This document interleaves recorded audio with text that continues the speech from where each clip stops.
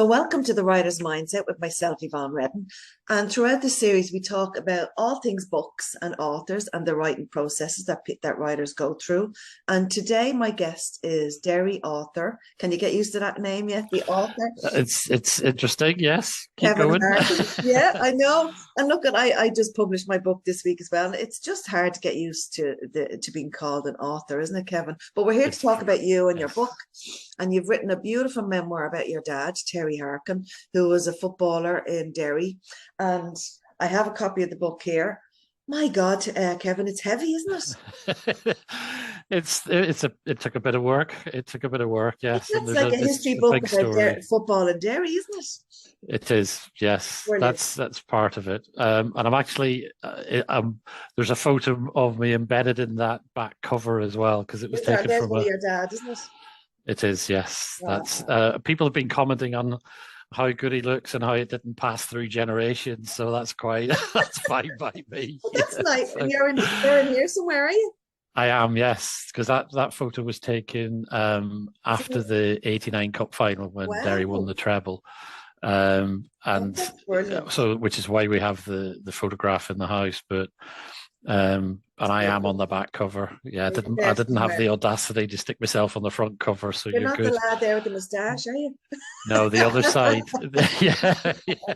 Oh, No, yes. Look, I see it there now. yes. Yeah. So that was You haven't changed at all, Kevin. a much younger version of me. There's a few more grey hairs that have come in I since. can still find, I can definitely picture you there as well. But well done as well. Congratulations for Thank you. first, because I know it's a tough process. It's a challenge, and we're going to talk Yes. about that today. And maybe if you can give viewers a summary of what the book is about. It's called A Game of Two Halves. What Yes. exactly? I know it says the Terry Harkin story, but why Yes. why did you want to write this book? I wanted it. It is obviously the story of my dad and his career in and around football and also Derry City. The title is a common football cliche, if you like, but there Yeah, is a reason for that title because it is in two halves. The first half is all about my dad's playing career, early life and playing career, where he played in Northern Ireland, then got a chance to play for a number of years over in England, got international caps, things like that, yeah. and then came back and played for a number of years in the League of Ireland with Finn Harps, and had quite a successful time there. So that's the first half of the book, Yeah.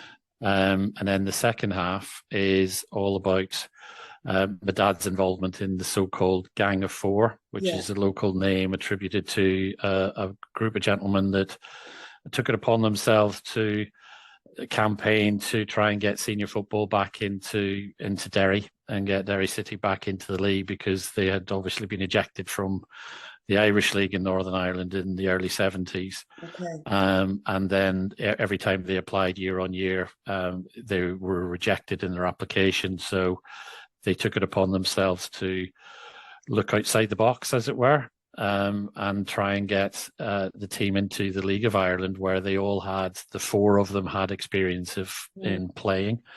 And that campaign took a couple of years and a lot of work and a lot of ups and downs until eventually they were successful Wow. getting Derry City back into the League of Ireland, and they've had a wonderful Mm. few decades since.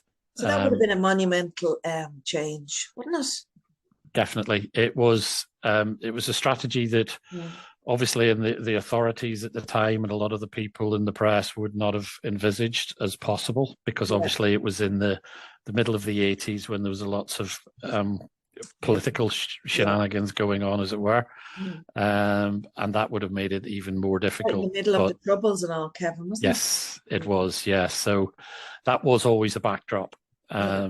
The I've tried to as it's a football connotations, it's a good news football story. The backdrop is within the troubles, of course, but it's more football than I don't The touch troubles. the Mm. politics. There's a lot more experienced and able people to, Yeah. around that can talk to that side of You things. know, a But lovely this is lady who more, does a lot about the Troubles, not we? Another writer, Jane Buckley, writes yes. all about that.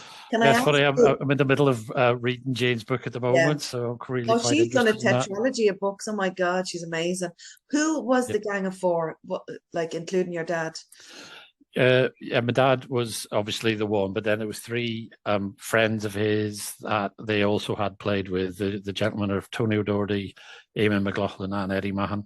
Yeah, All have played in the League of Ireland over a number of years for different clubs. Particularly Eamon and Eddie were in the Derry City team when it was ejected from the league, so they ended up playing for Athlone for a number of years. And then Eddie joined Tony and my dad at Finn Harps for a while as well. So they were all known in the city as footballing people, and therefore they used that experience and their contacts within League of Ireland. In particular, people like Fran Fields when he was chairman of Finn Harps, but he was also at the time president of the FAI.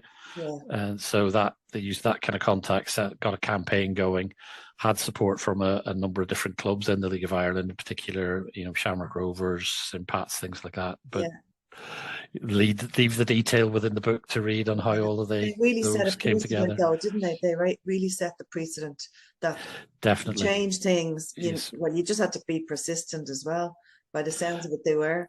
Yes, it took a couple of years of constant campaigning, writing to the different associations, to FIFA, to UEFA, constantly trying to get the media involved, trying to get the people involved as well, to get sort of the groundswell of support to build over that time. And it was thankfully successful, and Derry City have enjoyed a very successful time since, and they were able to, in a few short years, win the treble in one season. And if anyone remembers those times, it was quite a party atmosphere that they used to take around the country with them, and it was, I think, probably years of pent up frustrations that they weren't able to support a local team, but when they were able to do so, they certainly enjoyed it and got behind the team. Really popular, watching matches. I mean, it's still there and it's still so popular, isn't it?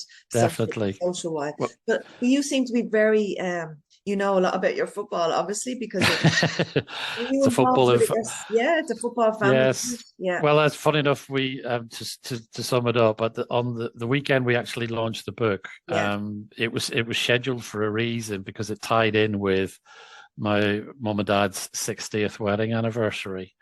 Was that same weekend, so for obvious reasons we aimed for the launch that weekend, but it also very happily coincided with Derry City making it into the cup final. So rather than have your standard anniversary party, we decided to ship the whole clan down to Dublin to the Aviva Stadium for the cup final, because it was on that same day. So that was our celebration. Well, after the book launch, straight down to Dublin. We spent a great time celebrating. It was a good game. The whole family in the audience. It was brilliant. Yes. That was incredible. A real mark in the occasion, marking a few occasions. Certainly, yes. The stars were definitely aligned that weekend for us, thankfully. So it was good. What age is your father now, Kevin? He's 81 now. Yeah, and how is he? He's doing okay. He's doing okay. Happy with his book? Has he seen the book and he knows? And he has. Yes, it's been a bit of an emotional roller coaster over the last 12 months, and I know perhaps one of the things we might talk about is the publishing process. But I've presented Dad with the first draft manuscript on his 80th birthday last year. Yeah. And that was always the target, to try and get it completed for that, when he was, still with us, obviously, and able to appreciate it and comment on it. And then once my dad and my mum read the manuscript, and the family then had their little review of it, it was then decided then what we would, if it was good enough to do something with, because obviously this is my first venture into writing in the literary world. and that's why we went into the publishing process as well. And tell me how long it took you to write it. Have you got it? Like, is there a time frame that you had? I know you said you wanted to present it to him for his 18th. Yeah. It. I started it, would believe it or not, about 7 years ago. Yeah. And it took a long time. I'd never written before. There's an incident that I talk about in the prologue of the book of what prompted me to start, because it was a story that I felt was a good story to tell that had never been done in the events of the 80s that referred to in the Gang of Four. Yeah. That story is a great story, but never really been told. Yeah. So I thought might as well try. So I actually I went on, put myself on a writer's course, or my wife and daughter did that as a present for me. They knew I was planning on it, so I went on a week-long residential writing course. Brilliant, yeah. Where'd you go? It's a place called Longbank, which is in Hebden Bridge. It's actually it's used an old writer's residence that they had that they've taken over. That's in the UK. You're based in the UK. It is, yes. Right? Hebden Bridge in Yorkshire. It's quite close to Haworth in Yorkshire as well, which is where the Bronte sisters came up. Which on visiting, weren't you? It was, well, on visiting that parsonage, I didn't realise their dad was actually from Ireland until I did the research. So you learned. So we're the Irish are everywhere, aren't we, Kevin? We are. We get around. We certainly get around. Yeah. And did you do a week for the retreat? You did a full week of writing. I did. How did you find that? That was certainly interesting. Yeah. Especially when one of the exercises was start writing for a period of time, anything, just put pen to paper, and that was an interesting exercise because I'd never done any writing before, so it was definitely putting my heart and soul onto the paper, and I actually wrote the prologue that's in the book today on that week course. And thankfully, even after my editor, Michael O'Donnell, had a look at it, it stayed largely unchanged. So, well, exactly. I do know how fortunate I am, but that was written that week. And that was the start. And I just carried on. I decided to just keep going. I hadn't got an end point at that stage. It was really just see how long ago, because there's a lot of research that I needed to get into. I actually wrote it chronologically as well. I don't know if that's a normal writing process for everyone writers. Has different processes, though, yeah. So the way I did it was I did a bit of research, a few interviews, put the first few chapters together, then did some more research, did the next few chapters, and just worked my way through that. And obviously working full time as well. I was going to say, how did you fit all that in? Did you write at night time? Did you write first thing in the morning before you went to work? It was just kind of getting the time when you could. It was, evenings, weekends, occasions, went away for weekends or booked a few days away and just as a retreat again, because that seemed to work a few times.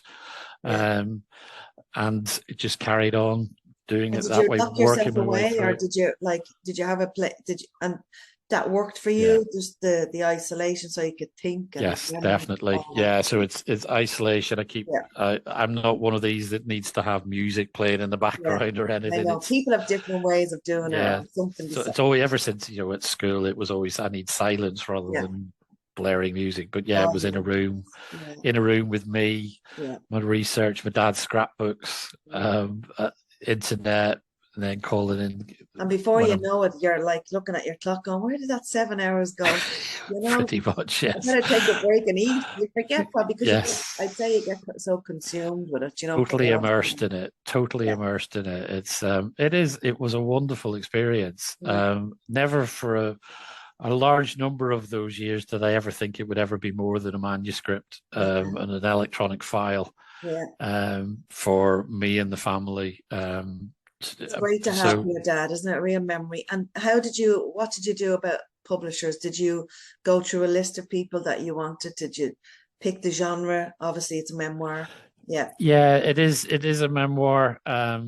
It's obviously focused on Derry as in the second half is obviously all about Derry City themselves and the campaign to get them into the league, but also Dad is still is back resident in Derry. He's quite well known, so I figured the best bit would go to a local publisher. Yeah. So I wrote to a few in the area, arranged a few meetings, handed them the manuscript, said have a read. Yeah.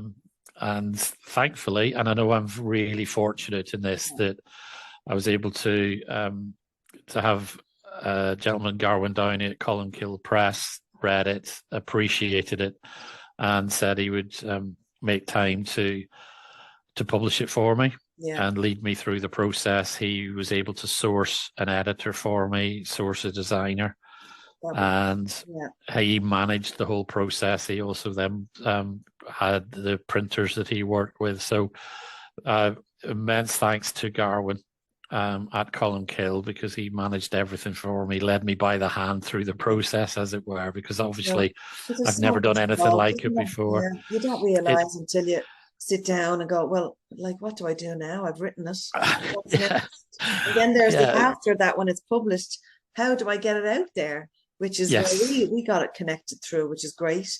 But like, that's the hard part too, isn't it? The promotion and marketing. Like, that's another job in itself. It's certainly all this year. You know, as I said earlier in our conversation, I'd handed more or less the completed manuscript to the family last autumn. Yeah. Talked to my first meetings with Garwin at Colmcille were February of this year.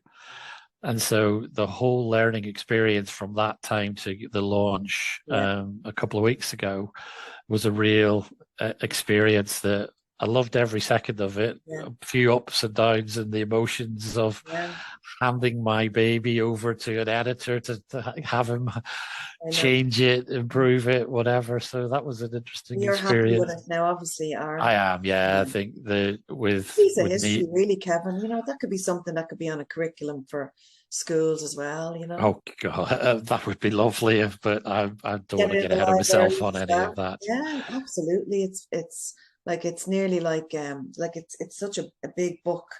I'm sure. Look, I'm not a football fan, but I know about football. So anyone who's interested in this, I think it's more. Yes, it's a football book. The connotations are around the title as well, but and it is, the first half is about my dad's experience, but it's there's a little bit of social history in there as well, in terms of the growing up of Derry at the time. The sort of the 50s and 60s, and then obviously all of the backdrop, as I say, to the situation in Northern Ireland and the situation around Derry City and trying to get senior football back into the city. So I like to think that it's more than just a football story. It's a good news story, if you like, that's quite uplifting, I believe. And it was always a story I felt needed telling. And when I thought about it, when I decided to embark on this project, it was quite a surprise to me that no one had actually done it before, because of the effect it had on the city and the people. And there was actually a documentary that was aired recently again on RTE. It was made by a gentleman called Guy King, which was Different League, the Derry City story, which focused a little bit on that Gang of Four period and that time of when they did get back into the league. And that really captured the times fantastically. So hopefully, if people are inclined to enjoy the book and they want to visually see some of the atmosphere that I try to convey, but it's always easier visually as well. So that documentary, if anyone has seen that, it might prompt them to have a read of the book as well. And you've had great feedback so far, haven't you?